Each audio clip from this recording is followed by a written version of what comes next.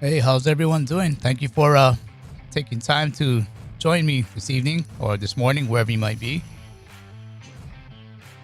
If I could just get some feedback as to the audio. Is it coming in okay for you guys?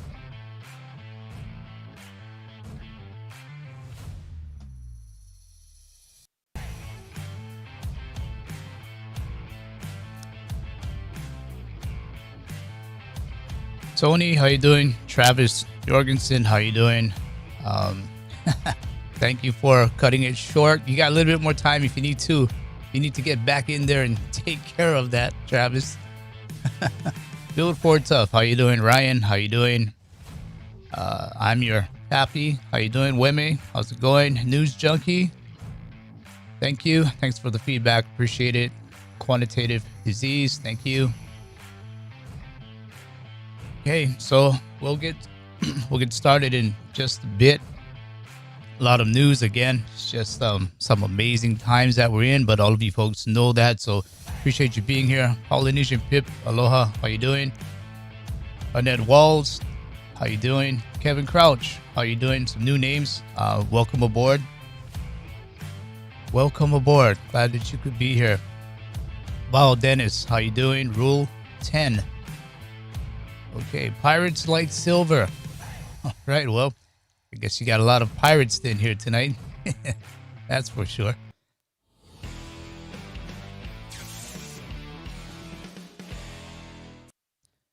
So hello again, everyone. Welcome to another edition of Silver Bullion Television, SBTV. I'm your host, Patrick Vieira, and this is our live stream. So there may be some glitches along the way. If not with the technical aspects, there might be glitches on my behalf. So just prepare for them and be patient. We'll get through it all. So just want to say hello to a bunch of you guys here. El Acer Tijo, first time I've seen you here also. Welcome aboard. Safe Movers of New England. Winging It Tracy. Jairo Estrada. Captain Ron Hayward. A lot of new names. So thank you. Appreciate you being here. A lot of things going on. That's for sure. There are definitely a lot of things going on, but first things first, if you are new to this channel or you haven't already done so, subscribe. Click the bell to be notified on updates, and if you like what we do, go ahead and give us a thumbs up. And you can always find us on social media. We're at silverbullion.com.sg. We are a gold and silver bullion dealer in Singapore. We also have vaulting services with our vault, the Safe House. Pretty much do it all. So go to our website, visit us there. Silver Bullion SG for our Facebook. Twitter, you can find us at Silver Bullion PL for private limited. The audio versions are found on bit.ly, bit.ly/SBTV iTunes or SBTV Spotify. And if you have that Telegram app, or even if you don't, go ahead and download it and join our crisis tracker group. And this is where we do put a lot of good info from a lot of very credible articles coming out as far as economics, finance, gold, silver. I was planning on showing you that crisis tracker group, but there's some things that weren't working out too too well, so I wasn't able to put it up for you guys. But again, it is it's a good way to follow us and to also see what's going on. As again, like I said, we do post a lot of things pretty much daily, 2-3 things every day. So again, Big Kenny Boy, how you doing? Professor K, L, Samuel Thompson, Seymour Rivers, Truth or Nothing, Happy Cakes, Simon Newstick. Again, a lot of new names. Appreciate you guys being here. And again, if at all possible, if you feel like it, give us a thumbs up. We really do, again, appreciate that support. And that's probably the biggest thing you could do to help us out is give us that thumbs up. Upcoming guest, we're going to have Mark Valek, co-author of the In Gold We Trust report. He should be coming up this week on SBTV. And Mark Valek, he's a pretty interesting guy. He is a partner of Incrementum AG, an independent investment and asset management company based in Liechtenstein, and I've never pronounced that word right. He co-authors that well-known In Gold We Trust report with Ronald Stoffle, and it is a benchmark report on gold, money, and inflation. And for you out there who follow our live streams, you know we've been referencing their In Gold We Trust report publication quite a bit. It's that good. So again, subscribe, click on the bell to be notified, and you'll surely be let know when to go to the YouTube channel and see that Mark Valek interview. I think it's going to be a pretty good one. So again, thank you all for being here. Happy Father's Day. Almost forgot that. Almost went by. Happy Father's Day. All you big daddies out there. Happy Father's Day. Appreciate what you guys do. Take care of that family. Protect and provide. Do the right thing. Be a strong man that people can look up to and admire. Be that role model. It's all on you, my man. You got to do it. So again, happy Father's Day out there. Butchie Harding, look at stocks, don't look at gold. I think you're going to get a lot of pushback from that. I mean, everybody knows the market is, whenever you hear this word recovery, a lot of economists like to use that word recovery. Like I say, when an economist says recovery, run. It's no recovery. It's markets being reinflated. That's what it is right now. So good luck with that one, Mr. Harding. You're going to get a lot of pushback on that. Guys are smart enough to know what's going on. Anyway, let's see. L stocks will go for, you know, I would like to believe that, but I tell you what, when it goes down, it's going to go down with the Fed running its printing press full steam 24/7, and it's still going to go down. I think I shouldn't say it's still going to go down, but if it goes down at that time when the Fed is running that press all 24/7, that's when we're in a whole lot of trouble, and that's when you are definitely going to be happy or satisfied that you took the time out to understand gold and silver. It is something to overlook, but something that you really should dive deep into and understand, because it's more than just about that spot price, as we always say. So Jimmy Eds, oversold stocks, exactly. You know, like we said before, the Fed is talking about, you know, no inflation, no inflation. If they can't see where that inflation went, they've really got a problem, because they created that inflation, and that inflation went into the stock market. So if they can't find the inflation, from all of us to the Fed, check the market, because that's where the inflation is. And compliments to you guys. You did a good job. You're still doing a good job on inflating those markets. So anyway, again, thank you guys for being here. Let me just flip through this real quick. I guess since we're on the topic of the Fed, Jerome Powell came out and said something last week. I think it caught a lot of us off guard. I mean, I think we knew it was coming, but when we actually heard him say it, was a little bit of a different story. So I'll play just a part of this clip of what Jerome Powell said last week. And the overall goal of all of that is to support market functioning. This is the corporate credit facility, and this is the secondary market part of it. So we want to support market function, because when markets are working, companies can borrow, people can borrow. Companies aren't feeling tons of financial stress, and they're less likely to take cost-cutting measures and things like that. So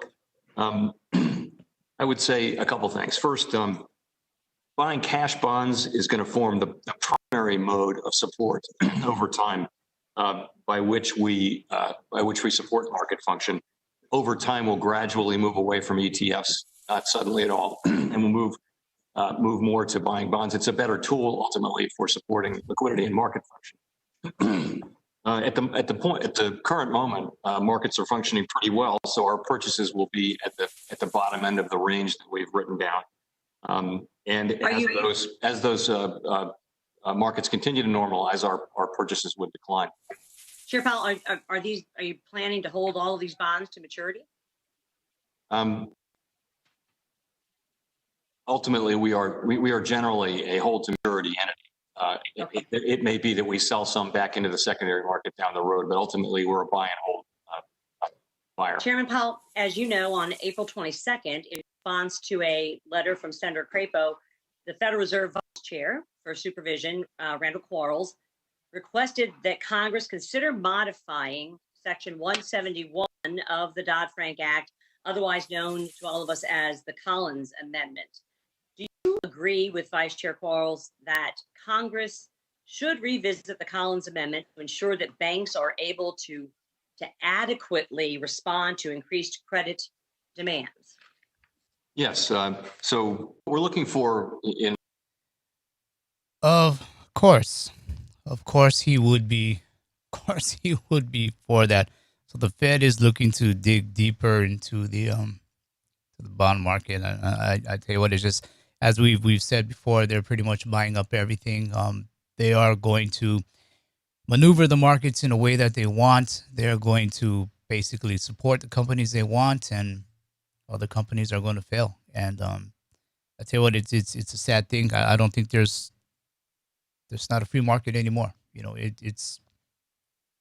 I don't want to say that word, but it's controlled. Market is basically controlled right now, and that's why when I'm on this little rant, whenever you hear an economist say recovery, see you later. It's not a recovery. It's the Fed is basically reinflating. Anyway, we'll get through this.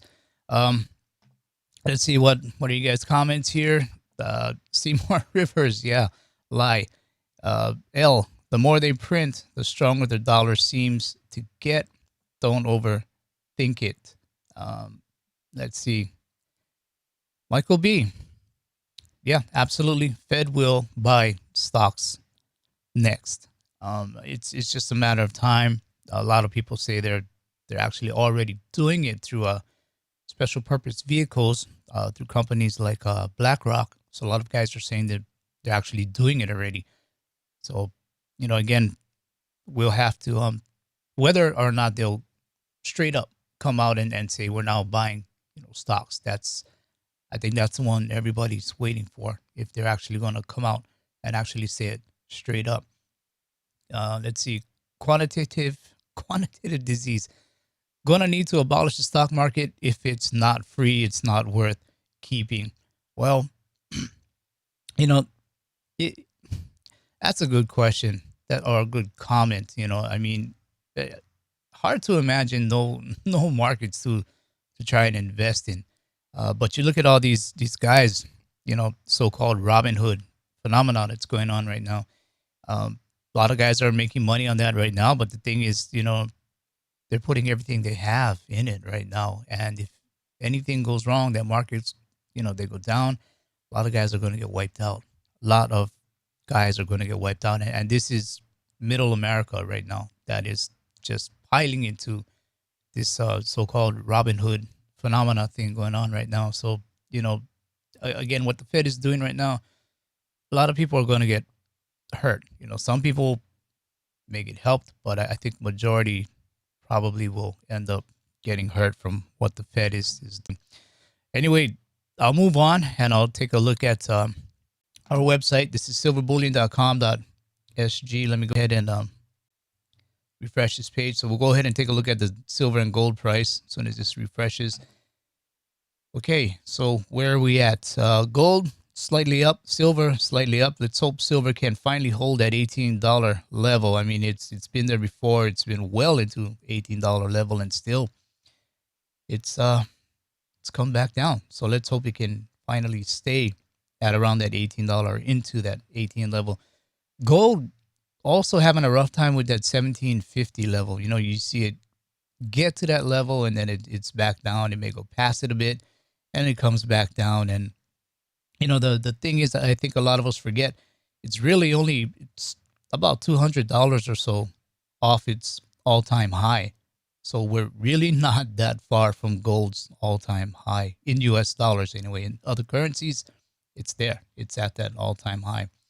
And if you haven't already downloaded this investor kit, you know, do it. It has a lot of good information there. It's free. A lot of good reasons why you should be owning gold, silver. Again, sign up for our storage. It's free. It doesn't cost anything to maintain, and you never know when you may need it. So it's always good to have in your back pocket. And if you're ready for it, go ahead, sign up, talk with us. We'll help you through it. We'll help you understand it a bit more. And that silver gold ratio, we're at 97.7. It wasn't too long ago. We were what, 110, 115. It's come back down, slowly creeping back up, but it's holding. It's staying under that 100 level at least. So that's a good thing. And one more thing, just want to show you guys real quick. P2P loans. What this is for guys who store with us. They can use their silver and gold as collateral and go ahead and take out a loan against it. And if we look at the past or the last 10 loans, you can see these are all recent from 20 June to 22 June. Guys have borrowed 8,500, 3,500, 8,000, 11,500, 40,000 Singapore dollars, 22,000 USD. A lot of these were 1 month loans. So short-term liquidity, let's just say. And you can see the interest rates, not very high at all, 2.25% per annum. This is what guys do when they store with us. They realize that they can use their silver and gold as collateral, and they go ahead and do it.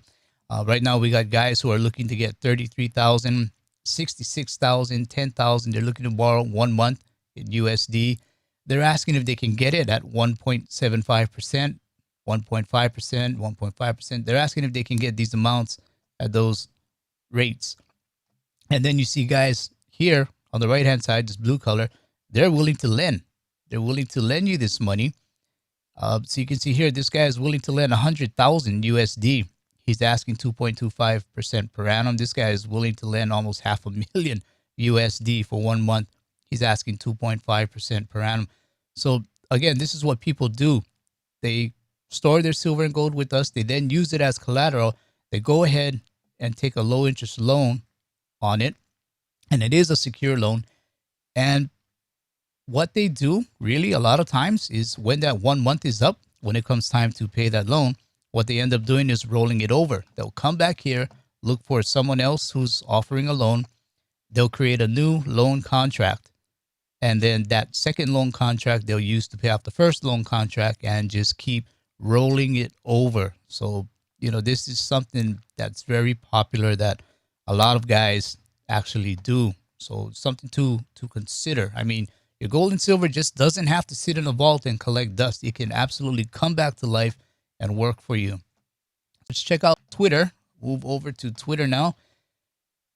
I tell you, there's some interesting stories going on in Twitter. One of them here, go for the gold.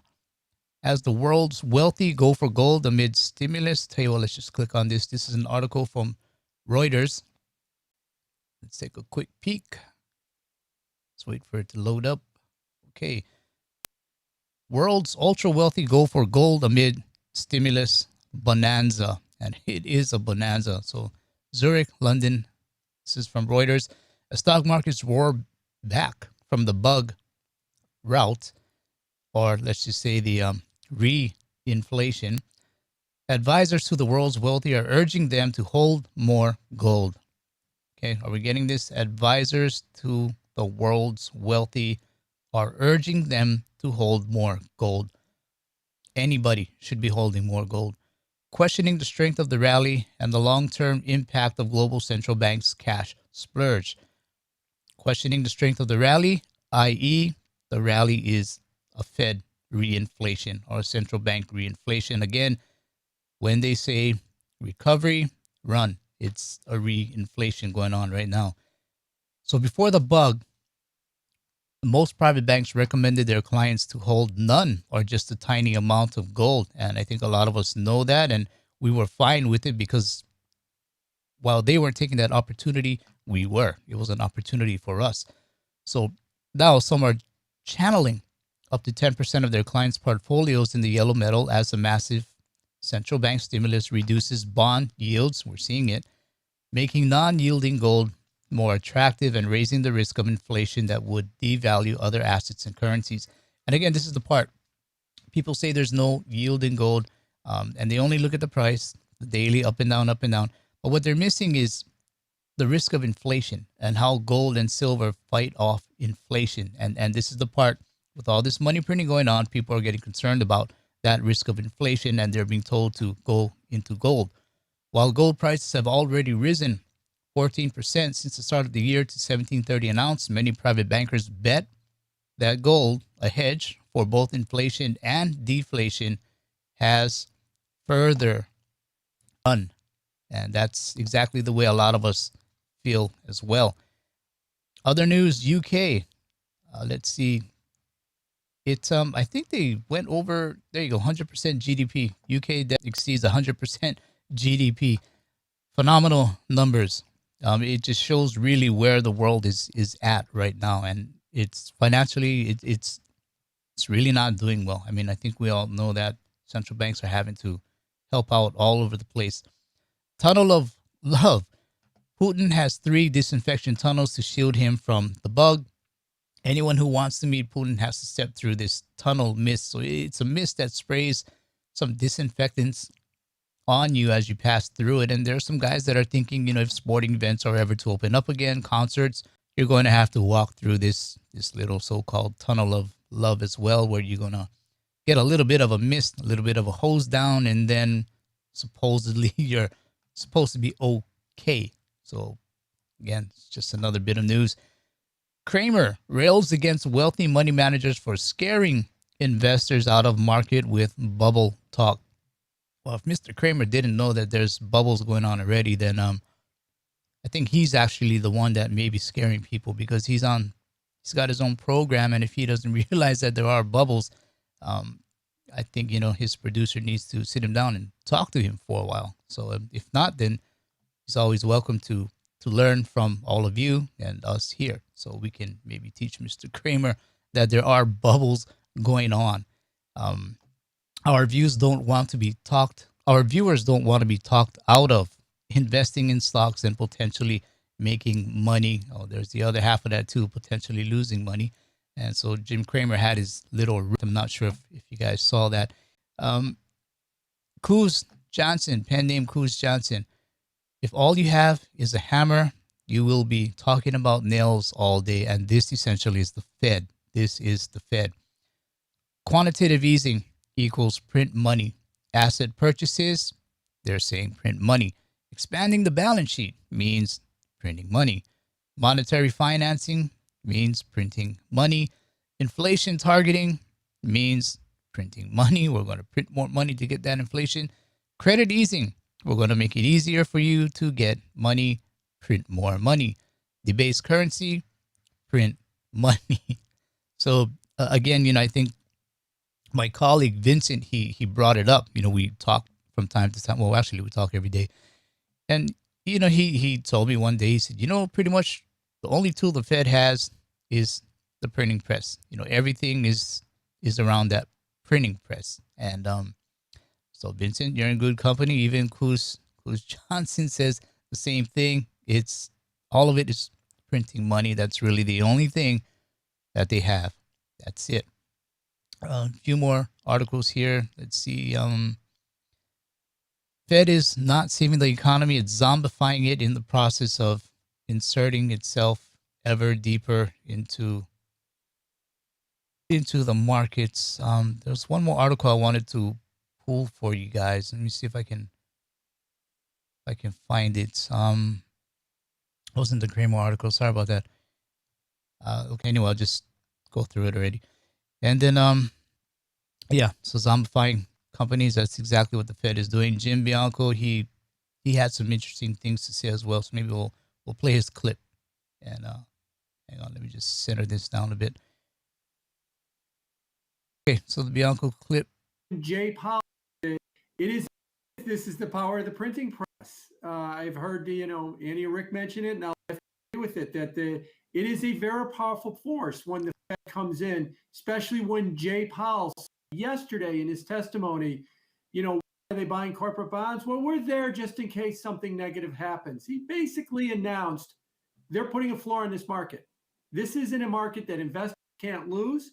And I think that's why you've got the day traders and all of the Robinhooders just flying into this market. They understand that they have been given a riskless market, and that's the way that they're treating it. Now, I don't believe that's going to last forever, and I think that will run into trouble at some point down the line. But not now. It's working now. For this market to go down, it needs to go down with the Fed basically running its printing presses at high speed, having Dave Portnoy scream to all of his minions, buy until your hands bleed. And that's going to be very tough for now. There will be a time when it goes down, but I don't think it's going to be right away. Okay, so that's Jim Bianco. So it's pretty interesting what he said, where he said the Fed has basically created a floor. And I'd have to agree. The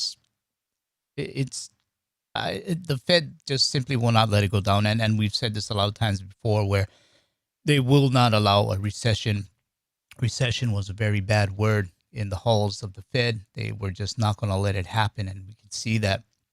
Nomi Prince, workers' retirement funds are now being put up for grabs. Make no mistake, this risky move puts even more retirement pressure on workers and will cause funds to be trickled out to private equity vultures. This one, it's pretty important.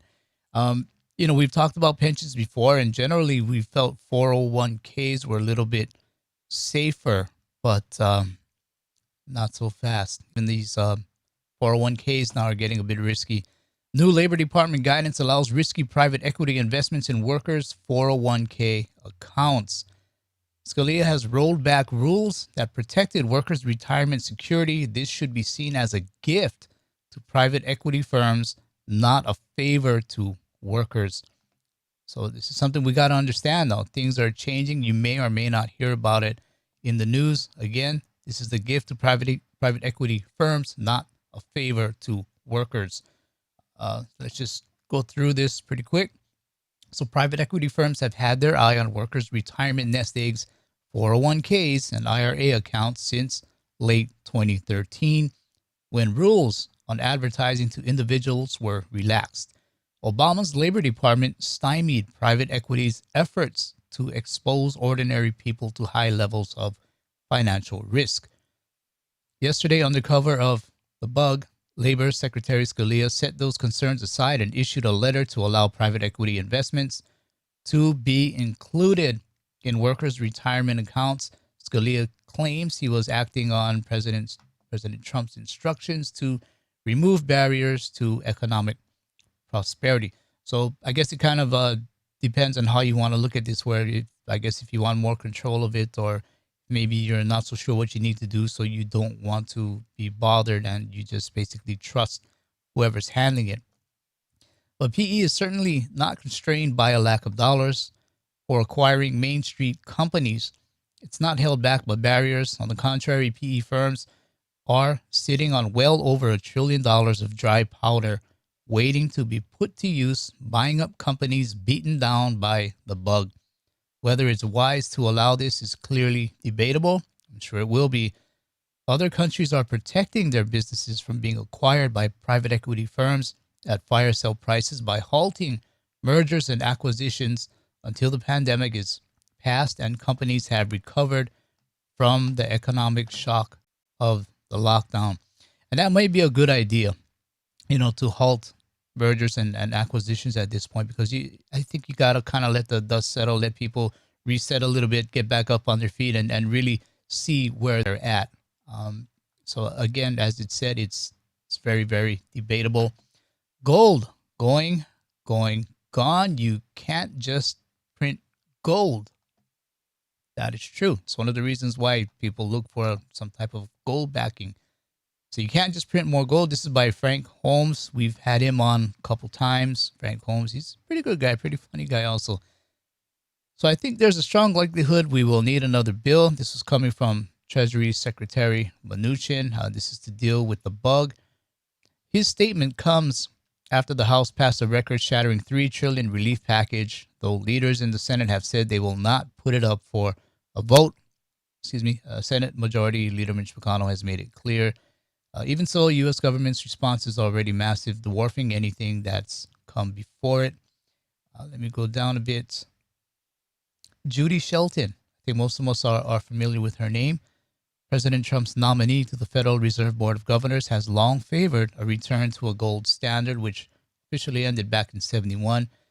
She said this a number of times, and last week she said she liked the idea of a gold-backed currency, adding that it could even be done in a cryptocurrency sort of way. Cryptocurrency sort of way. So we're getting that part right. It could be done in a cryptocurrency sort of way. So again, is this Fed speak for these central bank digital currencies? Only time will tell, but we do know that's on the plate. We do know it's something that we need to look out for. Let's see what else is out here. MMT. Fed is already calling it. They're doing some sort of a MMT right now with what they're doing.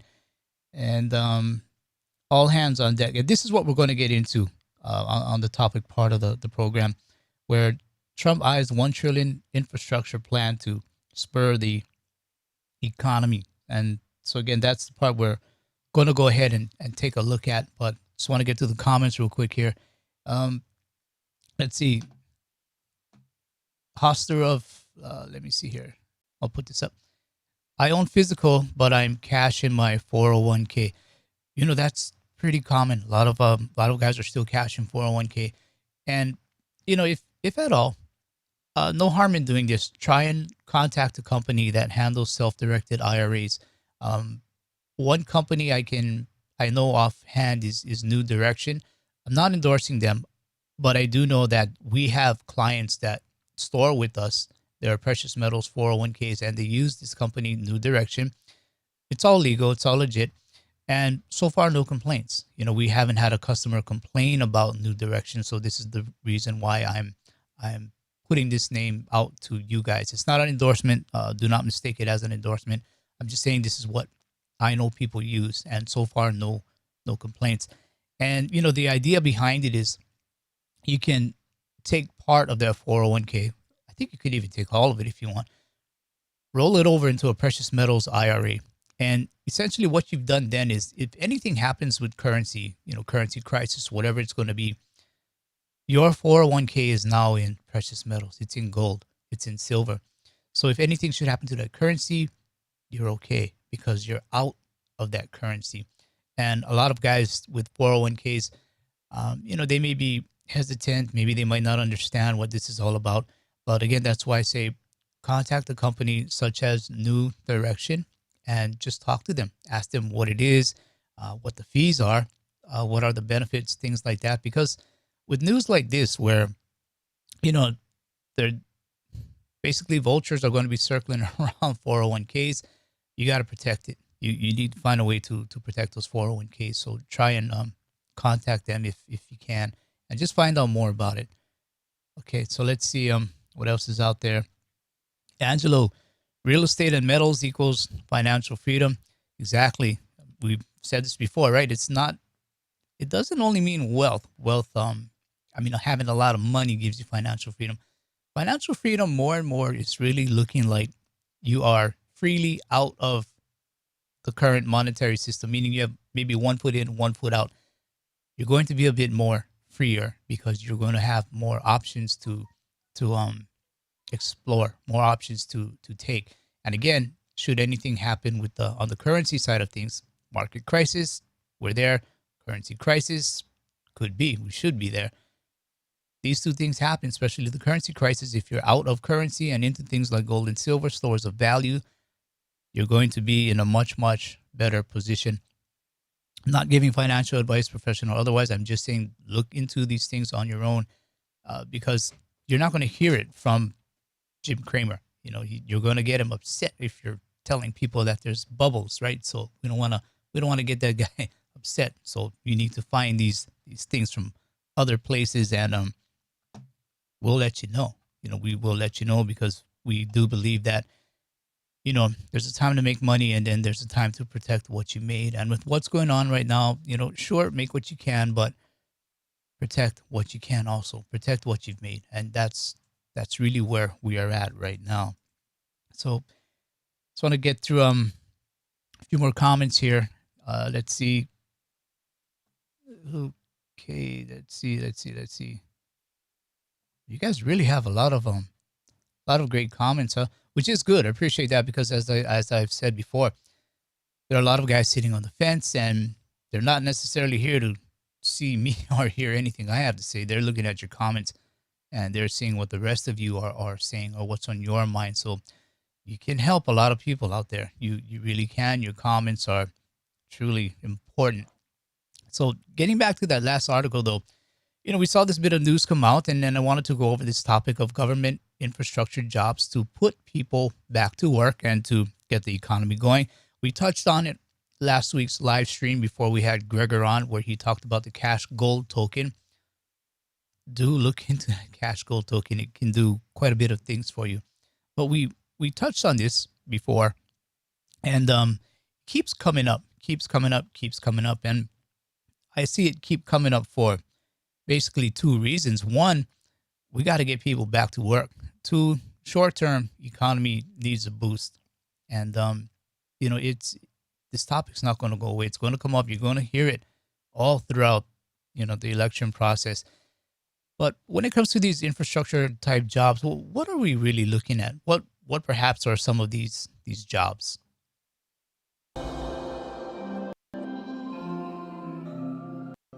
The last major airport to be constructed in the US was Denver some 20 years ago.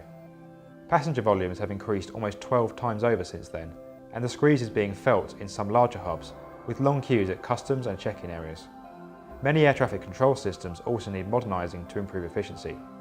Vice President Joe Biden infamously likened LaGuardia to a third world country, though a major upgrade of that airport is now planned.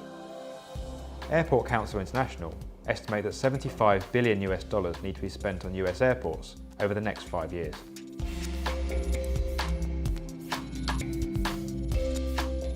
The growth of the US economy is closely linked to its highway network, enabling the shipment of goods around the country. The road system has played a key part in America's economic growth over the last 50 years. The key challenge in upgrading the highways is funding. Highway fund revenues, made up of a mixture of fuel tax and the federal state matched funding mechanism, have proved increasingly inefficient at raising the sums needed. The congressional budget estimates highways funding of $15 billion. Congress is forced to authorise transfers from the US Treasury's General Fund to make ends meet. Solutions include private investments or additional taxes or mileage-based fees on drivers, neither of which are politically popular. Okay, so those are just a couple of the infrastructure type of projects that we may be considering. I'll have, I think, two more clips just to touch on some of the things. But, again, we heard President Trump come out and he talked about, infrastructure projects, and we've heard it before. And it, as I said, it is getting a bit more plain now. So I just want to go over this with you guys. And it was really coming from this article just last week, June 16, 2020, from Reuters, where the Trump team prepares $1 trillion infrastructure plan to spur the economy. So the Trump administration is preparing an up to $1 trillion infrastructure package focused on transportation projects as part of its push to spur the world's largest economy back to life.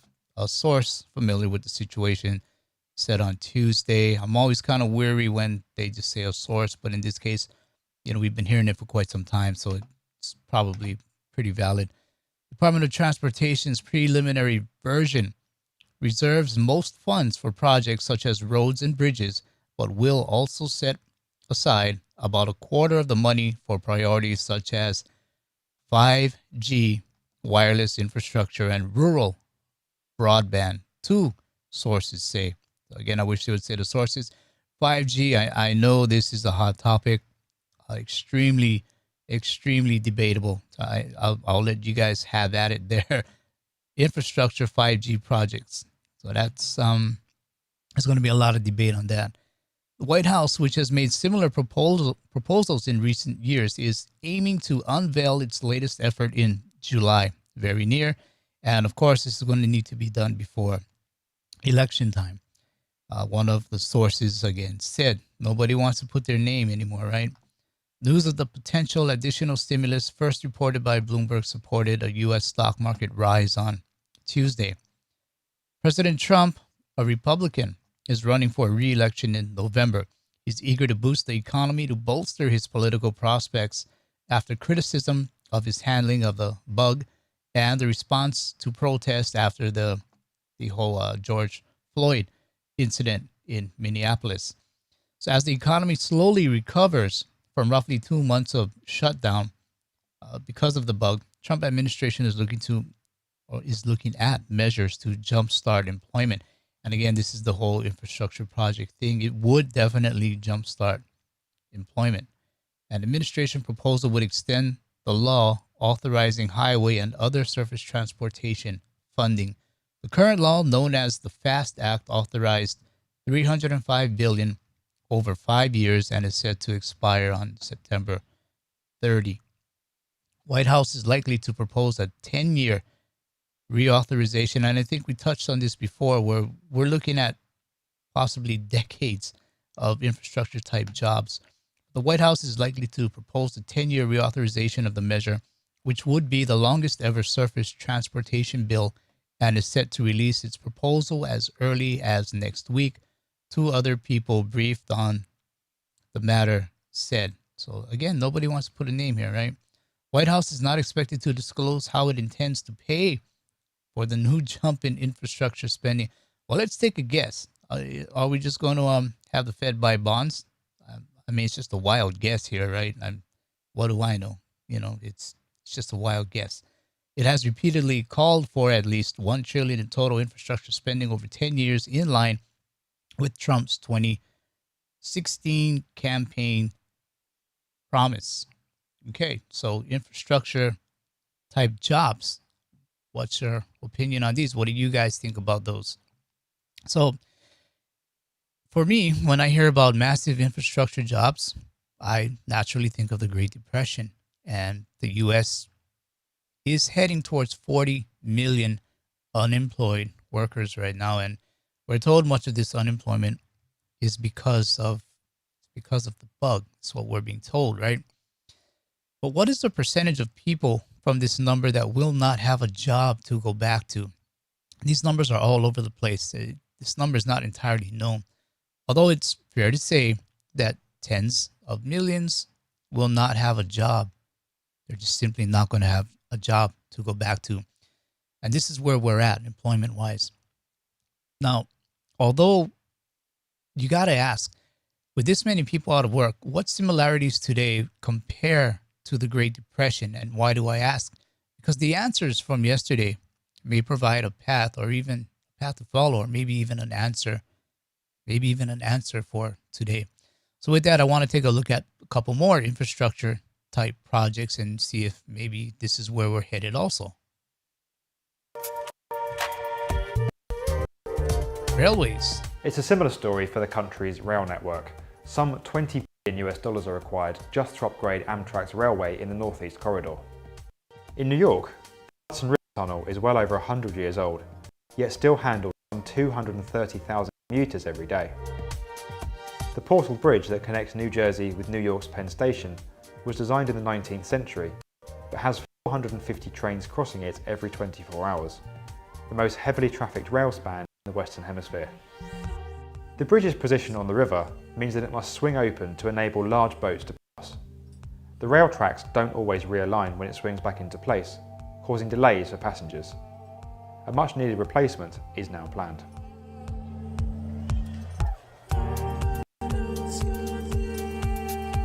Staying with bridges, the American Society of Civil Engineers estimate that 1 in 10 bridges in the US are deemed to be structurally deficient. These bridges are safe, but they now have reduced weight allowances and speed limits. Compounding matters, some 14% of US bridges are deemed functionally obsolete, meaning that they are now no longer suited to their current task. Washington DC's Arlington Memorial Bridge, an example that sits particularly close to Congress, was built in 1932 and $200 million US. Okay, so let me flip through our web page real quick for you guys. So, there are quite a number of actually, I think, pretty good infrastructure type jobs, I guess, when you think about it. I mean, rail, definitely. I don't think U.S., we don't even have high-speed rail, right? It's a big country. We don't even have high-speed rail. Rail is getting old. Bridges, we know bridges are buckling. The bridges aren't doing too well. Tunnels aren't doing too well. And I think, you can go through a lot of tunnels. You're going to see water coming through it. I know back in Hawaii, our tunnels, there's water leaking through. So whenever it rains, those tunnels are going to have water dripping down on you. But there's a lot of building that needs to be done. There's a lot of repairs that needs to be done. Especially with even what we learned through the virus, factories, retool them, rebuild them, or even build from scratch, build new. Our manufacturing base needs to come back. So infrastructure-wise, I think there's quite a lot of things that we can go ahead and do. So three reasons unemployment is already at Great Depression levels. And again, like I said, when you think infrastructure jobs, big infrastructure projects, tend to think depression. And this article kind of explains why. So 3 reasons unemployment is already at Great Depression levels. April's unemployment record or unemployment report set records for all the wrong reasons. Unemployment rate increased from 4.4% to 14.7%, largest 1-month increase in history, and the highest rate in the history of the official government data started back in 1948. It is estimated that unemployment hit 24.9% during the Great Depression. Employment dropped by 20.5 million, more than 10 times the previous largest monthly decrease from 1.96 million experienced in September 1945 after World War II ended. At that point in time, this was about 3.3% of the workforce. And not to forget the recent news, Department of Labor misclassified 8 million people. 8 million people.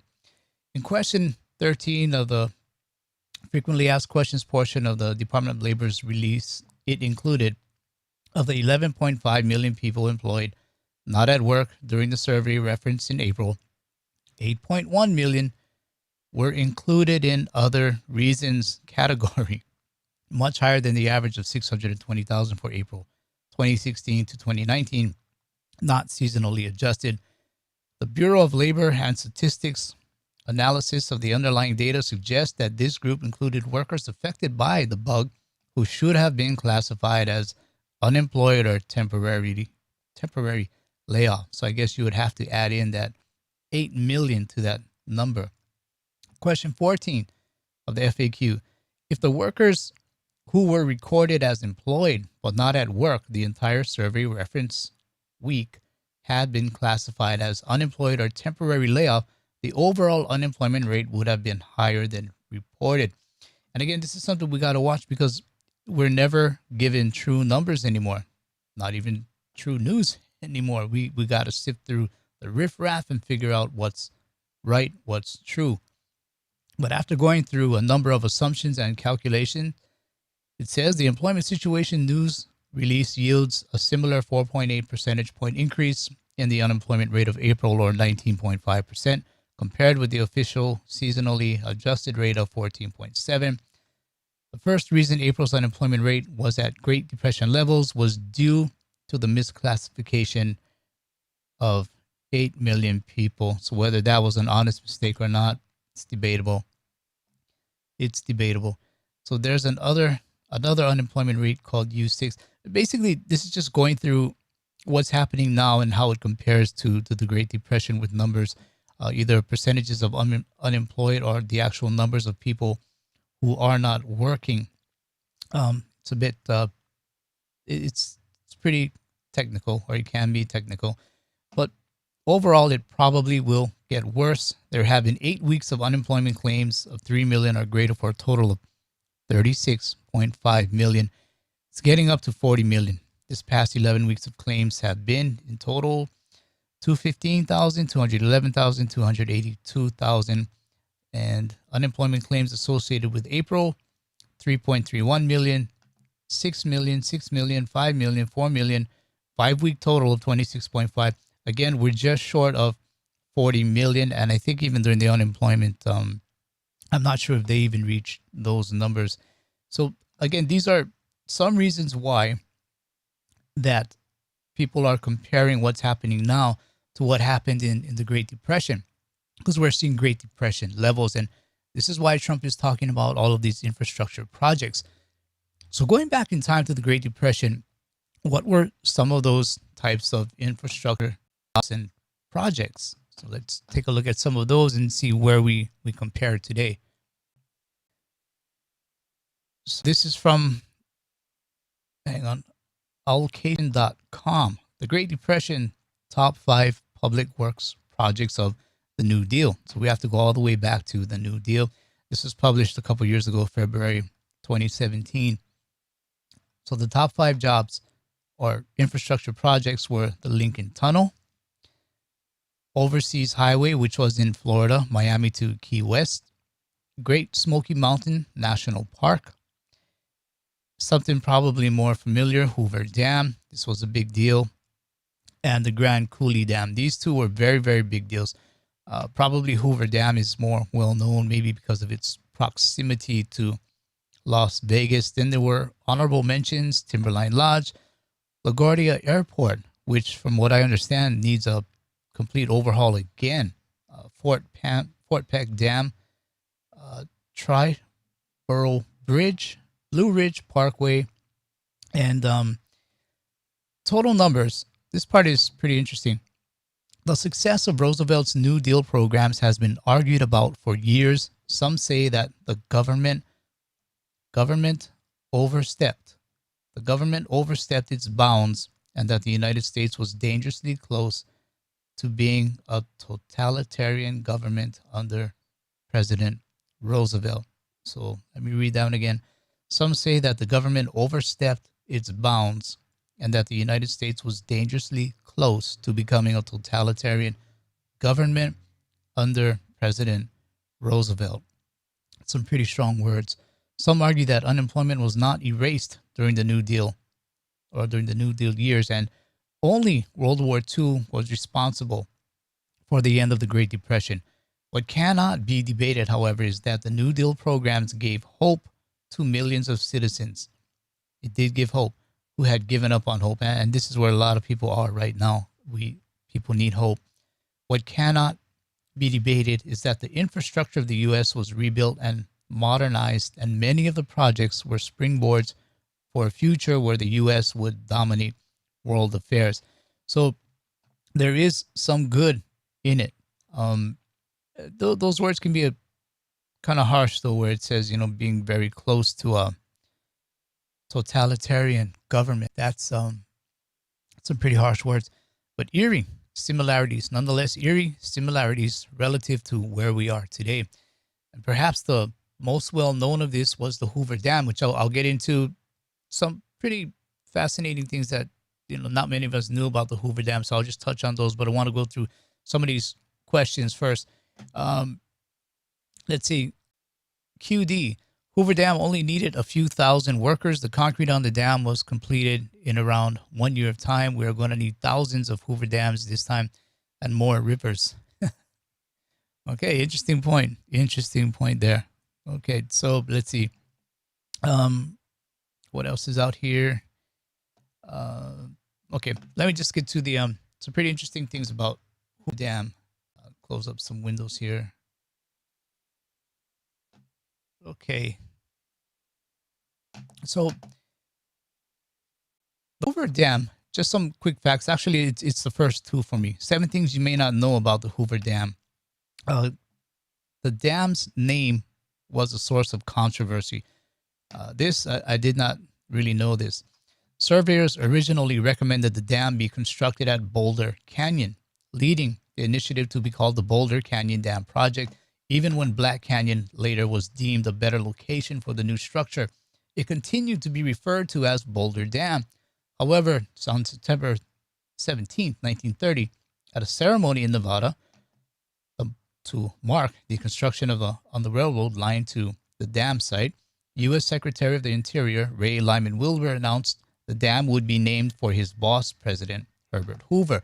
So there was controversy whether you named this thing Boulder Dam or Hoover Dam, and it went on for quite a while.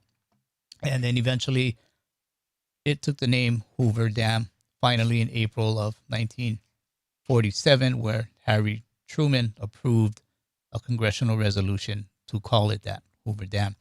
The second one was pretty interesting for me as well, where an entire city was created for people working on the dam. So not only did you have guys who went in to build the dam, you had to build a city for them. And so again, it just created more infrastructure type jobs. So in the early 30s, Boulder City, Nevada was constructed to house 5,000 dam project workers. So 5,000 guys, and they had to build a city for them. And of course, the infrastructure for this little city, this little town. And, more jobs. Short-term economically, it's going to definitely give an uptick. It's going to be a good spark. So before that city was built, many jobless men and their families who converged on the dam site hoping to find employment in the midst of the Great Depression had lived in squatters' settlements. Boulder City was situated on federally owned land and had no elected officials. Well, isn't that nice? No elected officials. The city was run by an employee of the U.S. Bureau of Reclamation who had the authority to evict residents as he saw fit. Among the local rules, alcohol and gambling were banned. Boulder Dam Hotel was erected to host dignitaries coming to see the dam's construction. Famous figures were Betty Davis, Pope Pius XII. So those were two of the things. I'll just skim through the other ones. It created the largest reservoir, being Lake Mead, and no one was buried alive in the concrete. Okay, so let's put this one to rest. I know there's always rumors saying, yeah, so many people died there. They got buried in the concrete. They're stuck in the dam. No one was buried alive in the concrete. Okay, and just a couple more, I think. It was once the Earth's tallest dam at one point, and World War II, it was a target. And it was the second highest bridge that now reroutes traffic from the top of the dam. So I think those were some pretty interesting things. And, if anything, one thing we learned from history was that putting people back to work was simply not enough.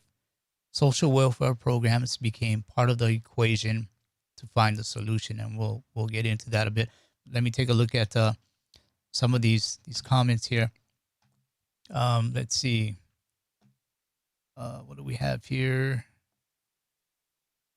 Okay, so don't. Okay. All right. So I see a lot of damn comments. Huh? Okay. All right. I guess that was to be expected. Okay. So anyway, we'll get through this then. So, again, it's social welfare programs later on became a part. It wasn't, the jobs weren't enough. And there had to be more than just the jobs. And, this is where the New Deal came into play because of these things. So I'll take a quick look at this New Deal. So this is from the Khan Academy, the New Deal. Overall, or overview, the New Deal was a set of domestic policies enacted under President Franklin Roosevelt that dramatically expanded the federal government's role in the economy in response to the Great Depression. Historians commonly speak of a first deal, 33 to 34, with the alphabet soup of relief, recovery, and reform agencies it created, and then a second deal that offered further legislative reforms and created the groundwork for today's modern social welfare system. Okay, it created the groundwork for today's modern social welfare system. It was the massive military expenditures of World War II, not the New Deal, that eventually pulled the U.S. out of the Great Depression. And this part is, I'll say it again, it's kind of concerning, I guess, when you think about it, because what history showed was even with all those infrastructure projects going on, and then these social welfare programs created, what actually pulled the U.S. out of that Great Depression was World War II. Okay, but granted, the U.S. did not start, as far as we know, as far as what history says, the U.S. did not start that war, but they were eventually pulled into it, and that's what pulled them out of the Great Depression. Origins of the New Deal. The term New Deal derives from Franklin Roosevelt's 1932 speech accepting the Democratic Party's nomination for president. At the convention, Roosevelt declared, I pledge myself to a new deal for the American people. Though Roosevelt did not have concrete policy proposals in mind at the time, the phrase New Deal came to encompass his many programs designed to lift the U.S. out of the Great Depression. New Deal created a broad range of federal government programs that sought to offer economic relief to the suffering, and basically the 3 R's: relief for the unemployed, and you've even heard me use that word. They don't need help, they need relief. Recovery, and reform. So these 3 R's: relief, recovery, reform. This is what it was supposed to have been about. And Roosevelt's New Deal expanded the size and scope of the federal government considerably. So again, it's something else. What the past is telling us is all that help, all those infrastructure deals, it did help. But ultimately, it was the war that pulled the U.S. out, and government expanded. The size and scope of federal government expanded considerably, and in doing so, fundamentally reshaped American political culture around the principle that the government is responsible for the welfare of its citizens. Okay, the government is responsible for the welfare of its citizens. This is where the mindset of the political landscape was changed. And as one historian put it, before the 1930s, national political debate often revolved around the question of whether the federal government should intervene in the economy. And after the New Deal, debate rested on how it should intervene. So that's some pretty interesting stuff, right? I mean, how should it intervene? Before, should it intervene? Now it's how should it intervene? So, you got to take a look at the past sometimes. If history doesn't repeat itself, it surely rhymes. That's what I often hear guests say. I think it was a quote from some famous guy. I don't know if it was Mark Twain or one of those guys. Let's see. Step J, $600 stops at the end of July. So, yeah, this is why these infrastructure jobs are going to have to get on pretty quick. I think, otherwise, if they say they're not going to vote on these things anymore, then something needs to be in place, because people are going to be hurting. People are going to need some relief. No doubt about it. They're going to need relief. Other comments here. Polynesian Pip. Concreting the dam is still cooling. They say cement takes quite a long time to cure and to cool. So I think you got a good point there. I don't know how long it takes, but with that amount of concrete, I'm sure it probably is still cooling. But it's hot there. Got to keep that in mind. So what else comments we got here? Seymour Rivers, damn it. Maybe a lot of politicians saying damn it coming up in the near future. I'm certain of that. They're all going to be saying damn it. So let's see what else is out here. Hostel of Carcosa, Michigan just had 2 dams collapse only weeks ago. Okay, I haven't been following that. I guess so. There you go. I mean, things need to be rebuilt, or even started over, built from new. So some pretty interesting things. So, I mean, what other infrastructure projects are out there? I mean, rail, I think, is good. We need it. High-speed rail. Airports, definitely. I mean, I think you guys know I'm located in Singapore, and the airport here, Changi Airport, I tell you what, man, it's a marvel.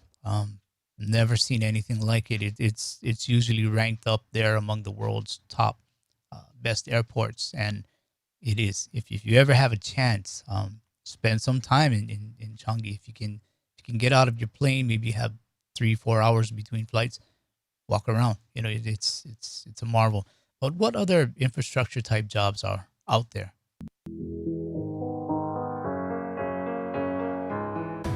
America's inland waterways and canals move the equivalent of 51 million lorry loads of goods every year.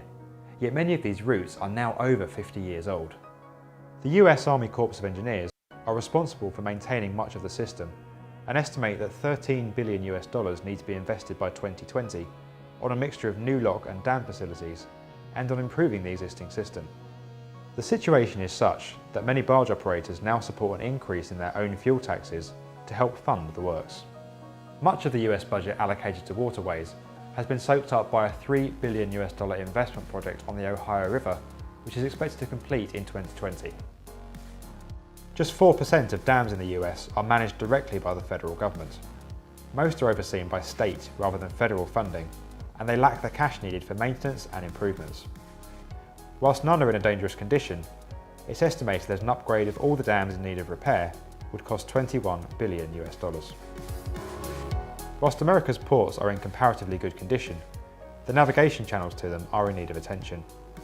Channels as deep as 45 feet, that's nearly 14 metres, must be dredged to accommodate the new supersized Panamax ships. Such work does yield returns. The American Society of Civil Engineers estimate the deepening a channel at the port of Savannah in Georgia by just 6 feet, or 1.8 metres, could reduce shipping costs by 15 to 20%. Other considerations include the upgrading of the ageing pipeline networks carrying gas and water, which could cost as much as $270 billion. There's also the need to further develop 5G and superfast broadband capability, although policy incentives that drive private investment in these areas have proven extremely effective in recent years. Okay, so even as this gentleman said, there's even 5G projects. Okay, so let me go through some of these questions. Let's see, Pudenda Johnson, do you still come back stateside? I left Hawaii in 2005. The first time I went back to the States was a couple of years ago. So I rarely go back. I should go back more. It was an eye opener for me. It was definitely not the U.S. I left, but still, I do have to say, what I was seeing in the news at that time was not what I saw in the States, and that was another eye opener for me, because at that time what I was seeing was a lot of this was maybe about 2 years ago, year and a half, 2 years ago. At that time, what I was seeing was just a lot of angry people, upset, people, politics, this, that. But when I got there, and in all places, it was Vegas. We had company Freedom Fest. We went to Freedom Fest in Vegas a couple of years back, and people were pretty nice, and it was mind boggling. On one half, you see all of this stuff coming out from the news, and then when you're really there, people were generally nice, and it was pretty comforting to see that, it was still that way. It wasn't what was being reported, because they'll have you believe that what's being shown in the news is like that across the whole U.S. and it's not. It's not. So that was pretty hopeful to see that. A few more comments here. Let's see. Professor K, Changi is first, referring to the airport we just mentioned. Dubai comes second. Dubai, I flew through it. Just transferred plane or connected flights. It's pretty massive as well. Dubai is a nice airport as well. Changi, I'm biased. I'm gonna go for Changi. That airport it's unlike anything I've ever seen, and it helps to make travel a joy. That's for sure. So let's see. What else we got out here? Comments. Okay, Rolf Steiner. I was looking at $1 trillion the other day. It's staggering amount of money to pay back. Absolutely. And the USA needs to pay back over 26 trillion. I'm like, how? I think the Fed is saying like how. I think the federal government is saying like how. So you're not alone. All of us here are saying, how's it going to be done? Can't. I don't think it can be done. I think, one guy even pointed out where if you want to wrap your head around the number trillion, if you were to calculate a trillion seconds, and I hope I'm going to give you the right info, a trillion seconds would take you back to 30 something thousand BC. That's what a trillion represents. If you put it into seconds, a trillion seconds would take you back 30,000 years BC, something like that. So when you think about it that way, much less 26, as Ralph just mentioned, where are we? Back to even the beginning of when the universe even came to be. So it's a mind-boggling number to try and wrap your head around. So that's a good point, Ralph. Appreciate that. Okay, yeah, put down the Johnson. No, it won't be repaid. It's not going to be repaid. I don't see how it can be done. You know, these are where, you know, all of this reset talk thing, you know, comes into play, and it's just not gonna get paid. Can't see how it's going to happen. But okay, so what we got out of that last article was the U.S. got out of the Great Depression through war. Not a war that they started. They didn't go looking to do that to, you know, boost themselves economically. So let's understand that part of it. But let's say we started these infrastructure type projects, and, you know, it looks good. It looks good that we will go that road. We're going to start infrastructure projects. The thing is, would it be a good thing? I mean, it's good for people short term, good for the economy short term. Absolutely. And the thing is, we got to understand is, will politicians continue to, I just got to use this word, play it dirty by keeping their political boot on the throats of people they are supposed to serve for their own personal gain? And what I mean by this is, you can bet on it. This infrastructure thing is going to become a political thing, split right down the aisle. And the thing is, people need it. You know, people need these infrastructure type jobs right now. So we have to ask a question. Can something that does look good on the surface have negative implications beneath? And, you know, it's something we got to look at. The other side of the coin is if it has some negative implications. So taking a look at this article from Investopedia, can infrastructure spending really stimulate the economy? So public infrastructure investment, such as spending on roads and bridges and other such projects, is one of the most advertised tools of anti-recessionary fiscal policy. Donald Trump, all through his candidacy to now the presidency, is looking to push for a gigantic $1.7 trillion infrastructure plan. Why? When the economy struggles, politicians and public economists call for greater infrastructure spending as a form of stimulus, especially when the spending takes place in their district or state. This is key now, especially when the spending takes place in their district or state. Despite the ubiquitous presence of infrastructure as stimulus policy proposals, there is little practical evidence that public infrastructure projects are a net positive to the economy or that they even boost employment figures. There appears to be a disconnect between political rhetoric and political theory and economic reality. Theory of infrastructure stimulus. Government stimulus spending, whether on infrastructure or other goods and services, is predicted on the Keynesian assumption that an underproductive economy can be spurred back to full output by using new public expenditures to boost aggregate demand. Specifically as it relates to infrastructure, the belief is that involuntary unemployed persons, and that's what we have right now, involuntary unemployed, can be given public infrastructure jobs to receive an income, which, to the extent that is spent quickly, promotes even more growth. And this is another key here. They receive an income to the extent that it's spent quickly. Why is this important? Velocity of money. And we know this is something the Fed has been trying to get. Right now, this whole, we're in a bad economic situation because it's our fault. We are not spending. We are not pushing that velocity of money. So it's it's my fault, it's your fault. They would like to blame us. That's the reason why they're not getting the inflation. And this is why the Fed will absolutely love these infrastructure type jobs, because people are going to receive an income which, to the extent they will spend it quickly to promote growth and probably even promote that inflation that they've been trying to get. So you can 100% count on this. The Fed is going to be all for it. Plus, it fits the dual mandate of dollar stability and maximum employment. You can bet the Fed's going to be on it. You can bet Trump is going to be on it. But the real question is, how are the politicians going to move forward with it? Because, as I've said, this thing is going to divide. And the problem with government spending is that decisions are made based on politics.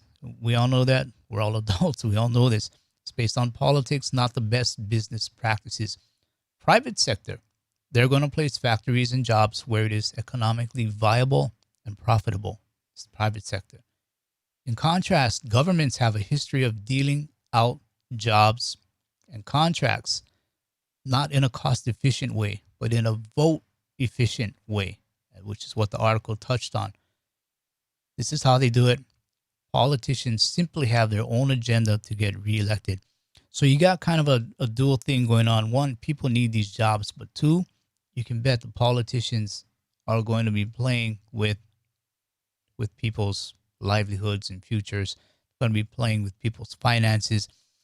We shouldn't expect anything less. This is just where we're at right now, and it may not be just the U.S. thing. I mean, a lot of countries all over the world, they're in a bit of an economic crisis. A lot of people are unemployed, so this is something we got to watch. Who's going to play politics and who is going to serve us, the people who put these people in office. So government spending, it simply steals money from the private sector that would have been deployed, or that capital could have been deployed for better use. And we're seeing this even today. We're seeing this with the government saving companies that perhaps should have went bankrupt. And where, these are things that the market should decide which companies are going to come back restructured and which companies are going to be let go. Instead, we have the Fed keeping who they want alive, zombifying companies and letting other companies go. And then you have people interpreting this as the Fed will never let the market go down, and they're going to throw in everything they have into the markets. So, there's a lot of, I tell you what, I think the Fed is being in some ways responsible, but in a lot of ways irresponsible as well. So just want to take a look at another article from Mises Institute as far as the infrastructure spending, how it really doesn't grow the economy. So in a new twist, this is from 2016, presidential nominees from both major political parties have fallen for, or hope that voters have fallen for, a time-worn fallacy, and have proposed government spending on infrastructure to grow the economy and create jobs. We hear this every single time. As David Stockman has shown, infrastructure in the U.S. is not crumbling, nor is spending on infrastructure disappearing. May have to disagree a little bit. This was from 2016, so this is some 4 years out. I think infrastructure is sort of crumbling there. So we are going to have to really, you can't just talk anymore. You got to walk the walk. But what is equally important to our analysis, though, is the fallacy that government spending on infrastructure or anything else creates jobs or economic growth in the aggregate. This fallacy and related myths need to be dispensed with before anyone begins to take them seriously. Murray Rothbard addressed the issue in great detail in his article, The Fallacy of the Public Sector. Below, I seek to summarize in simple terms, or the author does, that even Donald Trump and Paul Krugman can understand there is no such thing as the infrastructure fairy that takes government spending and magically turns it into economic growth. Government spending, zero-sum game. So I think we can just end it there with that article, because it's infrastructure, growing the economy is one thing, but infrastructure, getting people back to work, is something else. So you got two different things going on, short-term, long-term. Short-term is what we need, but long-term, I don't think we can expect this to pull out or to pull the U.S. out of what's going on right now. But once businesses start to rely on subsidies from the government to stay afloat, politicians find it impossible to curtail the spending. Private sector spends its own money, but the government spends our money. So therefore, in order for government projects to keep going, either taxes are going to have to be raised, but no, politicians are not going to do that. They're not going to raise taxes. So what's left? Services will be cut, maybe benefits will be cut, but something is going to have to be taken away from the people. And once you do that, once you try and pull that punch bowl back away from Main Street, you run into a whole host of problems. You can't take back what you've given the people already. So the Fed's going to have to keep printing. Future generations, sad to say, they're going to be robbed. They're going to be fleeced. Maybe not even future generations, because that's what's happening to us now, where currency is basically being debased. And again, this is why you want to get into something like gold and silver. But people will more than likely have good jobs, good paying jobs, job security for a few years. We're talking decades. Big infrastructure jobs, they're going to be around for decades. And they're going to be inclined to spend, as that article said.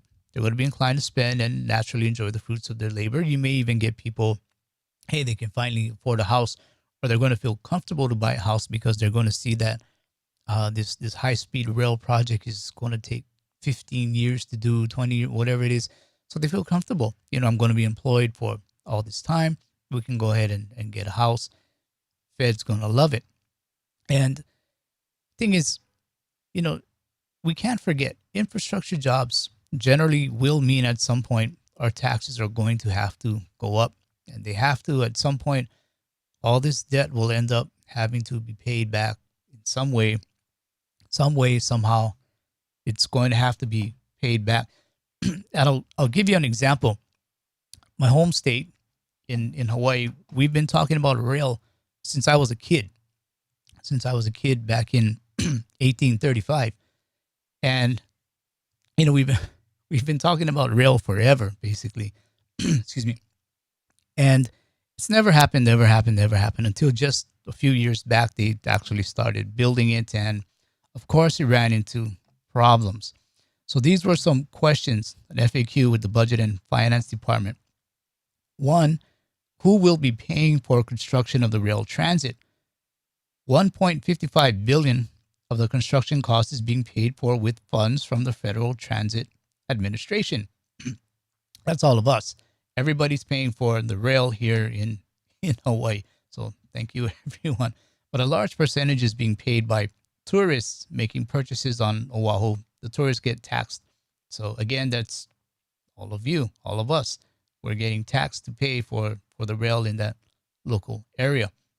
And the balance is being paid by residents and businesses through a 0.5% GET surcharge. Now, here's the interesting thing. When we go down a bit, let's see, how will we pay for it? So this is something, it was an eye-opener. Local general excise and use tax surcharge for rail, which is a 0.5% surcharge on goods and services purchased on Oahu, where the rail is, has been collected since 2007. So people have been paying for this rail since 2007, and they just started it a few years ago. The surcharge will continue through 2027. So 20 years of this, they're going to be paying. And this will yield $4.8 billion for the project. Another $1.5 billion has been awarded to the companies developing the rail. So the remaining funds will come from other federal programs and locally generated revenue, such as interest on funds on deposit. Thing is this, if you had people starting paying in 2007, how could you factor in inflation, cost of living, all these other things to be able to keep up with what the cost of the rail is going to be 10 years later? So something's definitely wrong with this. And if you add up the numbers, 4.8 billion and 1.5 billion, we're looking at what? Call it 6 billion. And it says right here that overall this thing is going to cost, let me find where it said, overall, it was going to cost 8 point something billion. So we're even short of what it's supposed to have. There you go. 8.165 billion is what it's going to cost. So it's not even there. So they're going to have to pool more money from either people going to get taxed more or something's going to get taken away. Or, like I said, everyone in the country, their taxes go to this transportation division and everybody's paying for this rail in Hawaii, which is mismanaged all the way through and through. And guys back home, if you're watching this, you know what I'm saying. It's true. No doubt about that. So hang on. Let's see. Michael B, thank you. Let's see. Take my fiat, Patrick. It's worth. All right. I don't mind. I don't mind taking a worthless fiat. Michael B, thank you. Really do appreciate it. Thank you very much. So, but again, guys from Hawaii, I know there's a couple of you guys watching this. It is true. I mean, that rail has been mismanaged for years. It's been being paid for decades ahead of when it even started. It's going to be being paid for decades after it's done. And it's still not enough money. And this is the problem where money from private sector, excuse me, money from the private sector does a whole lot better, more cost efficient than money from the government. Excuse me. Sorry about that. Okay, so I mean, I think that one's a pretty good point to realize there. But infrastructure projects, good paying projects, will kickstart a consumption economy, and this is part of what's missing right now. Consumption economy. Again, it's our fault. The economy is not doing good because we're not spending enough. We're not giving the velocity of money. We're not creating that inflation. So yeah, you and me, our fault, right? Sure. Okay. And thing is, if inflation rises, we may see interest rates rise to bring down the inflation. We may see this happen if it starts to rise. But again, can the economy take it? We talked about this before with the bonds where interest rates cannot go too much. It goes too much, everything starts to melt down. So there is we got a band like this wide that we have to walk through. It's really trying to thread the eye of the needle every single day. And if not, we're going to see interest rates come down again. The printing press is fired up again, and the government dealing out jobs and handouts to Main Street once again. I don't think we're ever gonna get off of this. It seems like it's just gonna continually go over and over. Safe Movers of New England, thank you. Your show is always a treat. Thank you, appreciate that. Pro tip: upload also to Streamanity platform for lingering income. Okay, good tip. We appreciate that.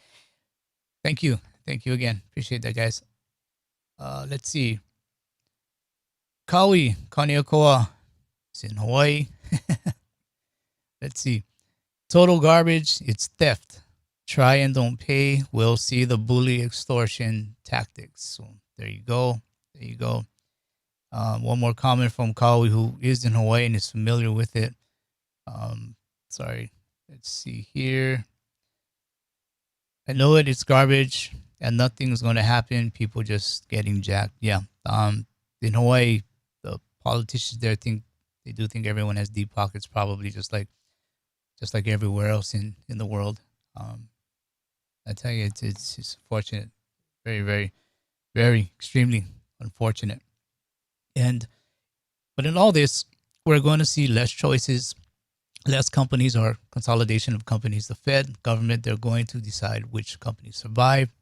They're already doing that. They're going to see, or they're going to let some companies fail. Short-term infrastructure jobs are perhaps what's needed. Long-term, it will more than likely, as I just said, have to circle back around and start over again to a point where we are trapped. We are trapped in taking government handouts or government jobs through infrastructure projects. This plan, in the end, is going to kill off viable businesses and definitely, surely going to pop the bond bubble. Fed is, I think, pretty much the only buyer of treasuries right now, and nobody else really wants it. Everybody sees all of these bonds are in a bubble, and and everything else. One last article I'll pull up and then go through some commentary.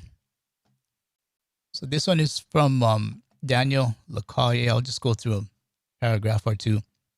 So facing the evidence of sluggish growth, governments are calling for massive infrastructure plans as the answer to a weak economy and a way of boosting growth. However, the reality of most large government infrastructure plans is actually more than disappointing. This is a European point of view. Overinvesting or investment in infrastructure can be damaging. 55% of Chinese infrastructure projects are estimated to destroy economic value. Over half destroys economic value. And 9 out of 10 large infrastructure projects are over budget, just as the one I showed you about the rail in Hawaii. And on average, there you go, rail projects are 45% over budget. So I think that kind of sums it up. Definitely sums it up. On November 24, 2008, Congressman Ron Paul wrote, "In bailing out failing companies, they are confiscating money from productive members of the economy and giving it to failing ones." Fast forward 2020, we're seeing it again. By sustaining companies with obsolete or unsustainable business models, the government prevents their resources from building or being liquidated and made available to other companies that can put them to better or more productive use. You see, this is what's happening, this cronyism. I think that's what I'm looking for. If you let the companies, if you just let it go, let the market do what it's going to do, a company that's in competition and doing better may be able to acquire the company that's not doing better and is failing. And then what's going to end up happening is that company becomes better. And, competition makes us better. And, in some cases, we do need to perhaps just let it go and let companies that are doing well take over. But an essential element of a healthy free market is that both success and failure must be permitted to happen when they are earned. Both are earned. Failure is earned, success is earned. But instead, with bailouts, the rewards are reversed. The proceeds from successful entities are given to failing ones. And this is supposed to be, or how is this supposed to be good for our economy? It's beyond me. And again, this is from Ron Paul.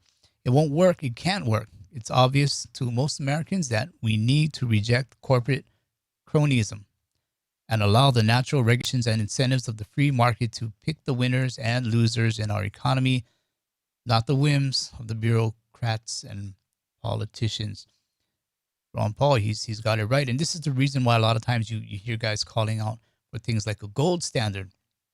Well, gold standard is the world's natural God-given money supply. It's a regulator. It has held the test of time. Gold is mined at about a 1% increase per annum in supply. So that would mean that gold would flow into the system and the money supply would grow at 1% or at about 1%, which is consistent with about the U.S. population growth. And I think even population growth it's going down a little bit. But take into account a mild deflation resulting from productivity growth, and there you have it. Stable money, limited government debt, and no bubbles. This comes from the book, The Coming Bond Market Collapse, How to Survive the Demise of the U.S. Debt Market, from Michael Pentle. This was something Michael Pentle wrote years ago, and again, still holds true today. So here's the deal. We're going to have to employ government infrastructure projects. People need jobs. They need that relief. The economy needs a boost. I don't see how we're not going to be able to do it except politicians get in the way. And hopefully they won't, because this is something we need. As people start spending and feeling better about things, we cannot also let go or lose sight of the very real possibility of inflation coming up. Because again, this is what the Fed wants. Again, the Fed is going to see it as great. We sell us the bonds. We'll give you the money. Go ahead and pay these companies that bid for these jobs to do these jobs. And hopefully everybody will start to spend their money, kickstart velocity of money, and get the inflation going. The Fed is going to absolutely love this. The economy probably will heat up, although be mindful, it's just may overheat with inflation, and this time around, it just might spark hyperinflation. Why? Because there's a whole lot of money sloshing around the world right now. Money supply is astronomical. So it might be different this time. Could very well be different. So this is another reason why you want to have gold, you want to have silver. Either we're going to deflate into a currency crisis, or we're going to inflate, maybe even hyperinflate into a currency crisis. Either way, we all need to store value, and this is what gold and silver do. They preserve wealth. Either way, I think a currency crisis it's on the menu already. It's just a matter of when. And you don't want to necessarily be in too much fiat at that time. You would probably be better off if you were into stores of wealth, stores of value. So that's all I have to say about this. I mean, really, let's hope things get better. Let's hope things get better. Johnny 3000, collect nickels and copper for content. True, you could. There's also another thing you might do. I mean, don't know if it'll work. Just take $100 bill down to the bank. Maybe tell them you want all quarters. Take the quarters home. Look for those 64 and before quarters. If you find some, great. Got some junk silver. If not, it's okay. Just take the quarters back to the bank. They'll give you your $100. It's a 1-to-1 ratio. You can't lose. I mean, maybe just paying gas to get to the bank, but you won't lose. You're not going to be paying any premium, as if you were trying to get it from a coin shop or anything. So I mean, maybe worth it. Take $100 down, give me it all in quarters, go home, go through those quarters. If you don't find any, take it back to the bank, make change, get your $100 back. So I mean, don't really lose much except for time, maybe trying to find them, but you never know. You might just find some in there. So that's one way to do it. So collect nickels for copper content. That is true. And also go down to the bank. See if you can do that as well. Let's see. Yeah, set the markets free. You have to. Kawi, again, he's correct. Set the markets free and let them compete, live or die. That's what the market is about. That's a free market. You can't. It's just incredible what the Fed is doing right now. As Jim Bianco put it, the Fed is setting a floor, and a lot of guys do see it this way, which is why they're jumping into stocks right now. And you want to make money. There's nothing wrong with trying to make money. But I think also if you understand that the Fed is plugged up the hole, and they can pull that plug also at any time, or that plug can be pulled. You just don't know when. So it's market is not in recovery. The market is just being reinflated right now. The Fed is pumping it back up. So just be careful what you do. Do your due diligence as always. You always gotta check it out. A few more comments and I'll head out again. Let's see. Joel Johnson. It is a make or break week for gold and the market this week. It's every week for me. But yeah, I know what you mean. I think gold needs to hold that price, that 1750 area, even go up a bit. If it can, then I think you're going to see silver confirm things and start to run up as well. So I think the 1750 is a pretty important level. 1800, all the more, all the better. If it gets to 1800, I can't imagine where silver is going to go at that point. So, we'll have to see. Important week, yeah, for sure. Let's see. Quake Addict, good time to pan for. You can pan for it if you want. I think even places like Amazon, they sell dirt from mines supposedly, and you can pan for some gold in there. How do I know? Because I've tried it. I've actually sent away for that dirt, panned it, got about half a gram of gold out of it, which was not enough to pay for that dirt. So you're not going to make money doing it that way.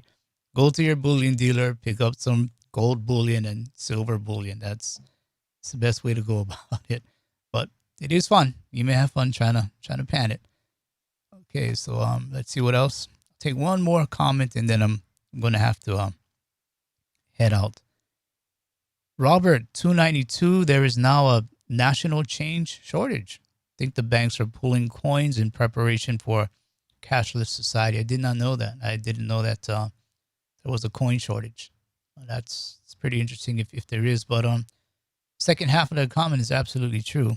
Banks are preparing for things, and it does look like they're going to have us go cashless, and it does look like they're going to bring in some type of central bank digital currency, CBDC.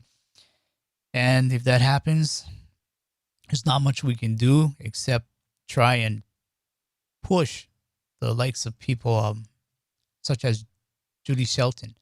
She wants that gold back type of monetary system. So look for people like that, and as best you can in some way push for those people, because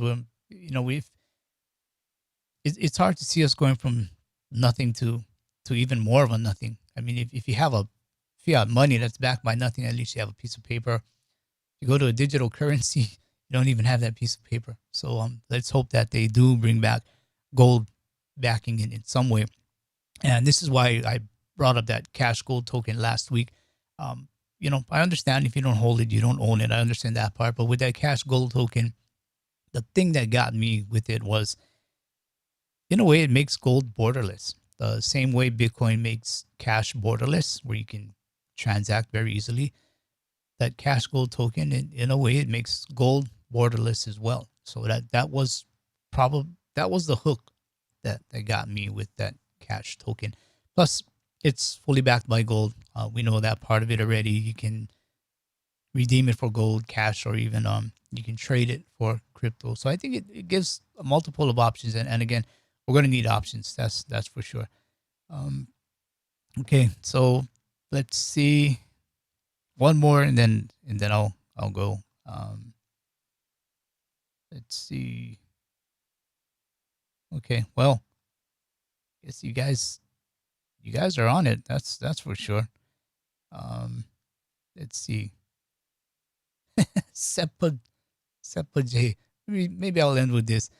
SBTV gold is stockpiled. We need velocity.